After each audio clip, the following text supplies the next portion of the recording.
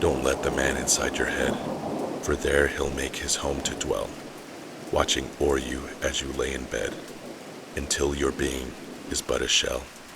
His purpose is simple, his desire, your soul, but not until all hope be slain.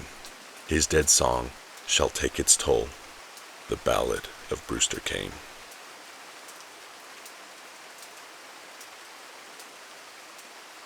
Have you ever heard the Ballad of Brewster Cane? If you haven't, count yourself lucky. But for me, life completely changed the day I finally gave in to the stupidity of being a teenager. It was a beautiful fall evening with slight overcast skies and a crisp but comfortable chill in the air. My friends and I were at the local diner grabbing a bite to eat before the big game. See, our town was famous for two things. The first, our state champion football team aiming for its third state title in a row. We were in the middle of what looked like another undefeated season and set to play against our big rival, one county over. The plan was to hit the game and then probably all head back to Jack's house to hang. His parents were away for the weekend, so it looked to be a fun evening all to ourselves. The game turned boring quickly. Our guys were just way too good, and by the time the coach emptied the bench, we were only about midway through the third quarter. The air had gotten colder, and with no sun to keep the temperatures at bay, the night had gone from chilly to downright freezing. Most of the stadium had emptied by then, so we all climbed into Jack's old rust bucket of an SUV and drove back to his place, probably to watch a movie, order a pizza or two that would indefinitely go to waste because we were all still full from the burgers and fries before the game, and just talk about the different things going on with us in our lives. We were a pretty tight-knit group. There were 8 of us, and we all knew pretty much everything there was to know about each other, having grown up together and all. The night was quickly winding down.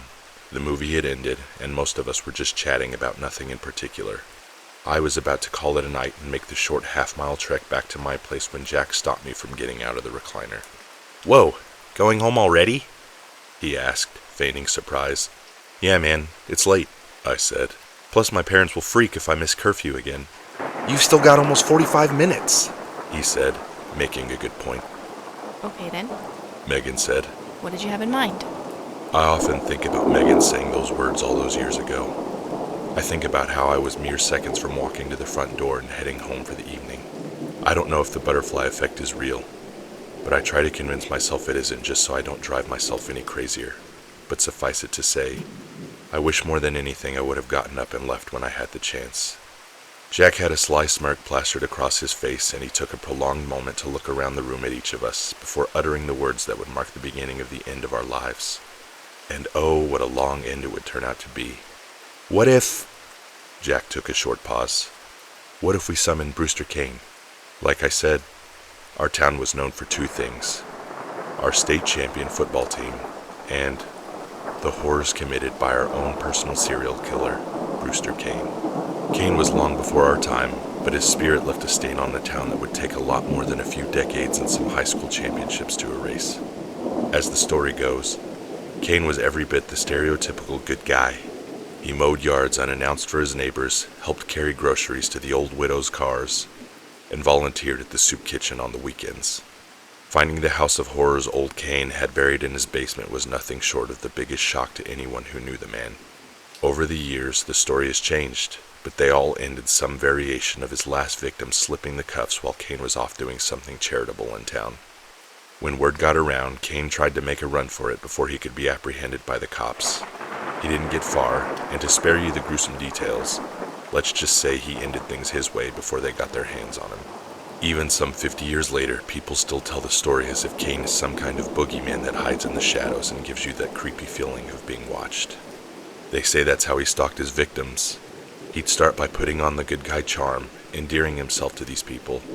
But once he was in your life, he never went away, clinging to people even when they didn't know he was there, hiding in the shadows, making the victims feel like someone was watching them, even in their home. They say he'd whistle this eerie, creepy tune, driving them to madness. Only then, when he'd driven them to the point of absolute insanity, only then would he take them.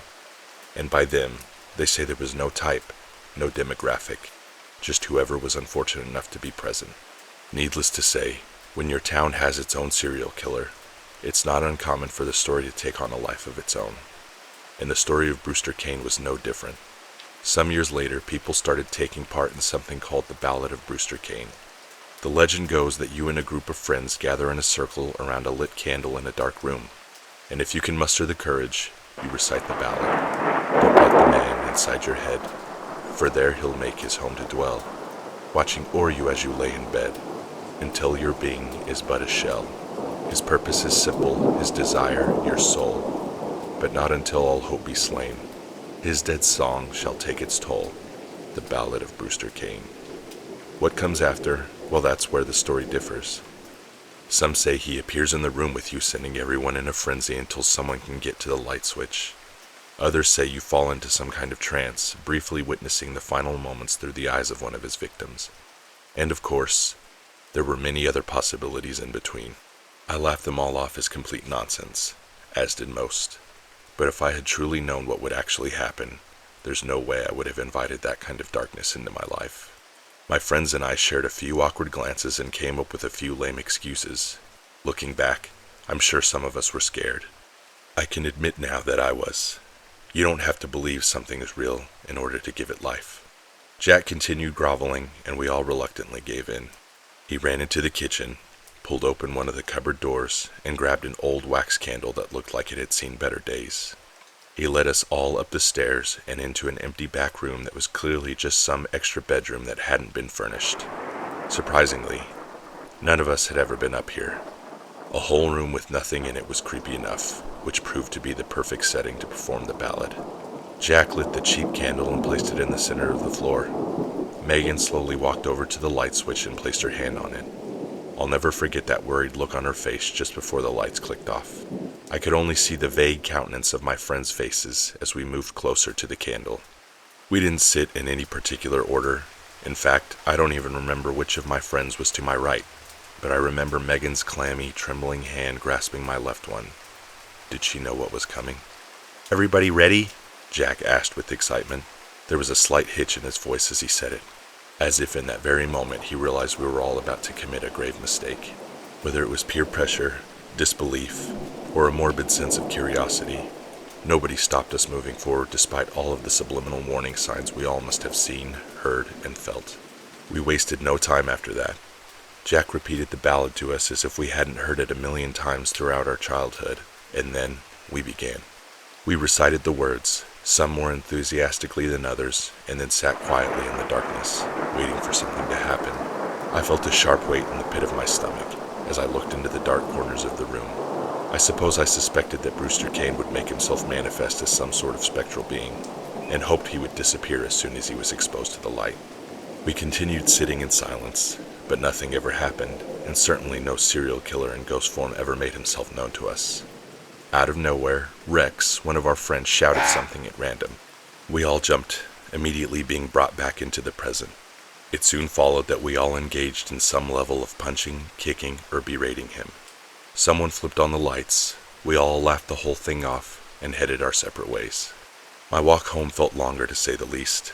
I tried my best not to think too much on the event, but you can't be part of something like that and think you simply walk away. I couldn't help feeling like something was off, like I was being watched or followed. Several times I anxiously looked around to see if I could identify what was causing me to feel this way, but no matter where I turned, nothing was there. For the briefest of moments, I thought I heard someone whistling, but the sound disappeared just as quickly. I quickened my pace, finally arriving to my house, opening the door, and rushing up the stairs to my bedroom. I felt a little safer, but the eerie feeling didn't just go away. I thought I could feel a presence. But no matter where I looked, I never saw anything. Shutting the lights off that night was definitely a challenge, but I finally did, jumped into my bed, and pulled the covers up high around my neck. I closed my eyes tightly and tried to will myself to sleep, but I couldn't seem to stop thinking about what we'd done. I opened my eyes briefly again and looked around my room, still searching for something that would explain my fear and bring me the peace of mind that I was getting myself worked up over nothing. As I peered around the room, I stopped at the far corner next to my closet where an old desk chair sat. I squinted my eyes, my palms growing steady, and my heart beginning to thump rapidly as I looked closer. The unmistakable silhouette of a man with a top hat filled the dark space. I could see one leg was crossed over the other, and his hands neatly sat atop each other on top of his knee. He didn't move. He didn't say anything. He only sat. I reached over quickly to flip on the lamp on my nightstand, turning away for less than a second. The light illuminated the room, and when I turned back to the corner, there was nothing there. I stared in bewilderment for what seemed minutes, wondering what I had seen. Was I asleep and didn't know it? Had I dreamt it? Did the night shadows make it just seem that something was there? Was I just creating things with my mind because we'd performed the ballad earlier that night?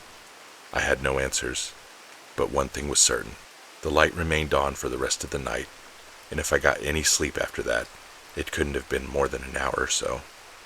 That weekend passed by quickly, and I was happy to see the sun that following Monday morning.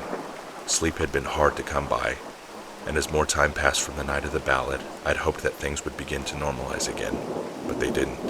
As each day passed, the watchful eyes felt more intense. The movements in my peripheral vision clouded my sight even more, and the feelings of seeing a man in the shadows was hard to deny. School that day didn't feel real, but being around people made me stop thinking so much about the past weekend. Even so, I couldn't stop thinking about them completely. My friends and I gathered around the lunch table that day. One of our usual 8 was missing. "Anybody heard from Rex?" I asked, looking around the table for some kind of acknowledgement, but none came. No one said a word, not even Jack, who stared blankly at the food on his tray. Normally the life of the party, he was noticeably subdued. "Jack, what's up, dude?" I asked, wondering if he was feeling sick or something, but he kept staring down at his food. "Jack, out with it, man!" His eyes looked up at mine, and it was then that I noticed the heaviness in them, and the thick bags underneath him that held them in place. "Jack?" "I don't know, man," he said. "I talked to Rex's mom yesterday. She said he never made it home from my house Friday night." I exchanged a look with everybody at the table, now noticing they all had the same baggy eyes and the same appearance of not having slept in days. "What's going on with everybody?" I asked. "Rex is missing. You all look like you haven't slept in days." Well, that's because we haven't. Megan said. Or at least, I know I haven't. I gave her a look of confusion. I hadn't been sleeping well myself, but only because I couldn't get out of my head, convincing myself that I was being watched. I wondered what it was keeping them awake at night. Jack spoke again, a seemingly hopeful relief in his question. "Are you saying you haven't seen him?" He stared hard at me with his tired eyes. "What do you mean?" "Seen who?" I said, but it was almost as if it all made sense in that moment, like I was posing the question to myself. All of a sudden, the feeling of being watched wasn't just in my head. The visions of darkness dancing in my peripherals now had shape, the subtle pitch of what seemed wind now a clearly whistled tune. And then, as I looked past Jack to the far wall of the cafeteria, there stood a tall man, with a top hat and a tattered suit. He was looking down, his face veiled by the brim of his top hat. But just as if he felt me see him, he looked up at me. He had a gaunt, pale white face and sunken eyes with blackness from lid to lid. As he stared, my blood ran cold at the sight of his scarred face and his rose-red lips. He smiled at me, his blackened teeth filling the empty spaces between his lips. It wasn't the friendly smile you come to expect from the nice old man that lives next door. No, it was an evil one, a hateful one. It was him, Brewster Cane. As if knowing in that exact moment what I was looking at, Megan put her hand on mine. He doesn't leave. She said, a slight hitch in her voice as if fighting off the urge to cry. We all agreed to skip the second half of school, heading straight for Jack's house. Almost nothing was said along the way, and we were all just short of a full-out sprint. All the way, I could tell now that Cane was in the various blind spots of my vision, of everyone's vision. Once we'd arrived, we raced up to the same room where we'd performed the ballad. "What is this?" I said, doing little to hide the anger and fear that were permanent fixtures in my voice these days. "How should I know?" Jack shouted back, putting his hands on his head and pacing back and forth across the room. "You're the one that put us up to this," I said. "You didn't know what was going to happen?" Jack stopped pacing and looked at me with incredulity. "Know what would happen? It was a myth, a joke. I didn't think anything would happen. You all heard the legend. Tons of people have done it, but nobody's ever actually summoned anything." He began to pace again. Yeah, well, we did, Megan said. A silence filled the room as we'd all come to the same conclusion. Rex hadn't made it home that night because Cane, whatever he was now, took him, and he was going to take us too. The dark, somber whistling began right at that moment, and we all turned toward the sound. There he was, down the hallway, in the entrance of another room, just smiling. A hopeless pit formed in my stomach. We'd summoned Brewster Cane, and he was part of our lives now, and whatever he did with Rex, he was going to do with us. We spent more time that night arguing, turning on each other, turning on the only people who could possibly know what we were going through. Over many weeks and months, we tried everything to rid ourselves of the spectral parasite. From religion to science, nothing seemed to work, and our friendship only grew weaker. We soon realized this wasn't like the movies. There wasn't any book in the library or some ritual we could perform that would rid us of Cain's demonic presence. We danced with the devil that night, and we had to pay our dues. Our friendship couldn't survive what we'd done. We grew apart, and some years later, I hadn't heard from most of them ever again. Time was immeasurable past that. I suppose we'd all expected that Cain would just pick us off in the coming days, but just like in his life, he played the long game, enjoying every ounce of terror he could extract from each of us.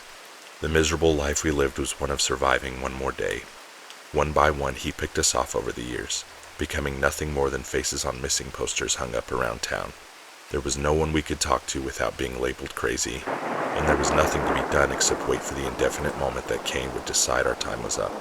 Fear was a part of me now. I never knew when I'd wake to see him standing over me while I slept, or seated calmly behind me at the dinner table as I barely ate. He'd often meet me from behind my bedroom door after a long day, and all day, every day, I could hear his horrific whistling tune, reminding me of his unwanted and permanent companionship.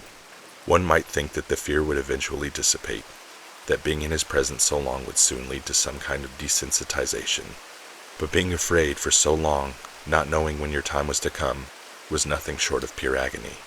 The fear ate away at me over the years until my body was nothing but a walking corpse, and my soul a hopeless spirit longing for release.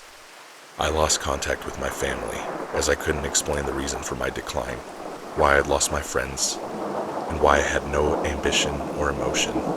Up until about 2 years ago, Megan and I were the only two left. We hadn't spoken in years, but one day she called me out of the blue and talked about the good times, wondering what could have been if not for that fateful night. For the briefest of moments, I felt my childhood again, and I remembered what it meant to feel happiness.